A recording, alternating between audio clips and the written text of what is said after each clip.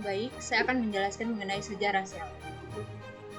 Karena ukuran yang kecil, sel hanya bisa diobservasi dengan menggunakan mikroskop.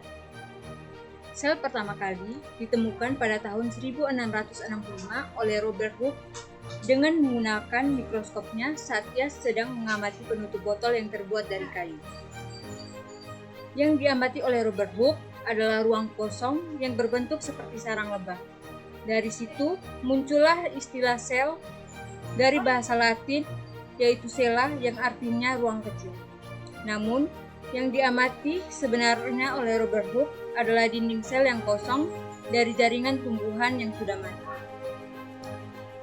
Pada masa yang sama, seorang dari Jerman bernama Anthony van Leeuwenhoek dengan mikroskop yang lebih sempurna menemukan berbagai macam sel, di antaranya bakteri dan protozoa. Kemudian, pada tahun 1833, Theodor Schwann dan Matthias Kleiden mengemukakan teori sel.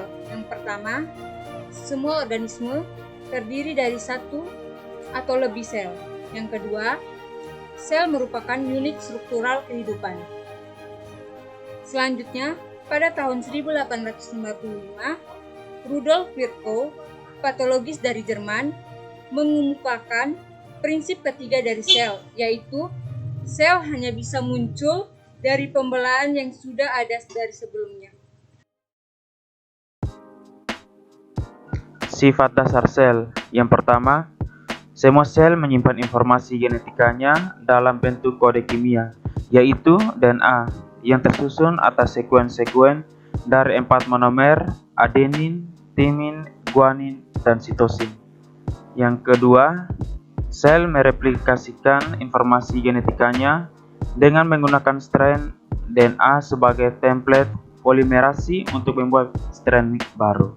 Yang ketiga, sel mentranskripsikan sebagai informasi genetikanya dalam bentuk RNA. Sifat dasar sel. Yang keempat, semua sel menggunakan protein. Yang pertama, sebagai enzim yang berperan dalam metabolisme sel. Yang kedua, mengatur masuk keluarnya molekul pada membran plasma. Protein ini dinamakan membran transport protein. Yang kelima, sel mampu merespon rangsangan. Sel diselubungi dengan reseptor yang spesifik. Reseptor ini bisa menerima rangsangan dari hormon, growth factor, dan material dari luar. Yang keenam, sel mampu melakukan self-regulation. Sel harus mampu mengontrol setiap aktivitas yang terjadi agar tidak sampai terjadi kesalahan. Contoh regulasi sel bisa dilihat pada gambar. Gambar sebelah kiri merupakan perkembangan embrio landak laut normal, sedangkan gambar sebelah kanan merupakan embrio yang telah dipisah setelah divisi pertama, kemudian diisolasi. Bukannya terus berkembang sebagai setengah embrio, setiap sel mampu menyadari kekurangannya dan meregulasi perkembangannya sehingga tetap menjadi embrio yang sempurna, walaupun ukurannya lebih kecil. Salah satu contoh sel gagal meregulasi kesalahan adalah pada sel kanker, di mana sel tidak dapat memperbaiki kesalahan saat menduplikasi DNA sehingga sel membela dengan tidak terkontrol. Yang berikut penjelasan tentang asal-usul dari sel eukariotik. Pada mulanya, para ilmuwan meyakini bahwa semua makhluk hidup berasal dari makhluk hidup bersel tunggal yang sangat sederhana seperti bakteri prokariotik. Hal ini didukung dengan adanya penemuan sel prokariotik pada bebatuan yang sudah berumur miliaran tahun. Para ilmuwan juga sepakat bahwa munculnya makhluk hidup yang kompleks itu berasal dari evolusi sel-sel prokariotik sederhana menjadi sel eukariotik yang sangat kompleks. Namun hingga kini, fosil sel transisi tersebut belum dapat dipastikan bagaimana organel-organel itu terbentuk pada sel eukariotik. Salah satu teori yang paling populer tentang asal-usul eukariotik, sel eukariotik adalah teori endosimbiosis. Teori ini diusulkan oleh salah seorang ahli biologis, yaitu Lynn Margulis. Teori yang diterima saat ini adalah bahwa mitokondria berasal dari bakteri aerobik yang dimangsa oleh sel leluhur anaerob.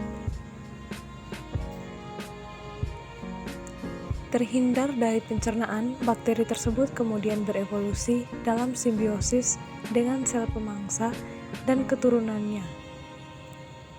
Sel tersebut mendapat perlindungan dan sebagai gantinya menjadi penghasil tenaga bagi inangnya. Teori ini dinamakan simbiogenesis. Banyak sel eukariotik, terutama pada sel tumbuhan dan alga, memiliki organel lain selain mitokondria, yaitu kloroplas. Kloroplas ini didapatkan dari simbiosis antara bakteri eukariotik yang sudah memiliki mitokondria dengan bakteri fotosintetik.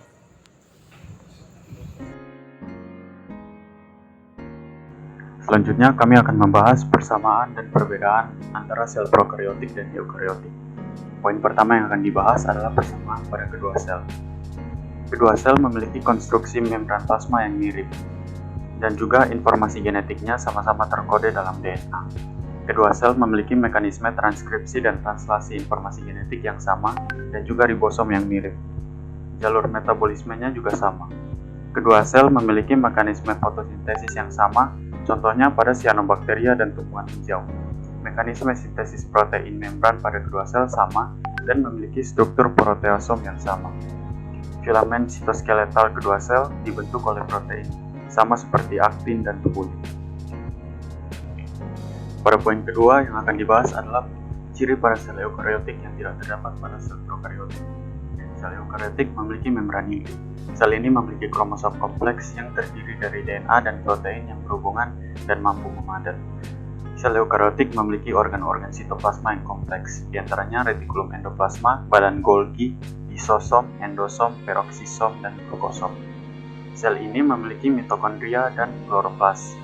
Sel eukariotik memiliki sistem sitoskeletal yang kompleks, terdiri atas filamen-filamen dan mikrotubulus dan juga protein penggerak.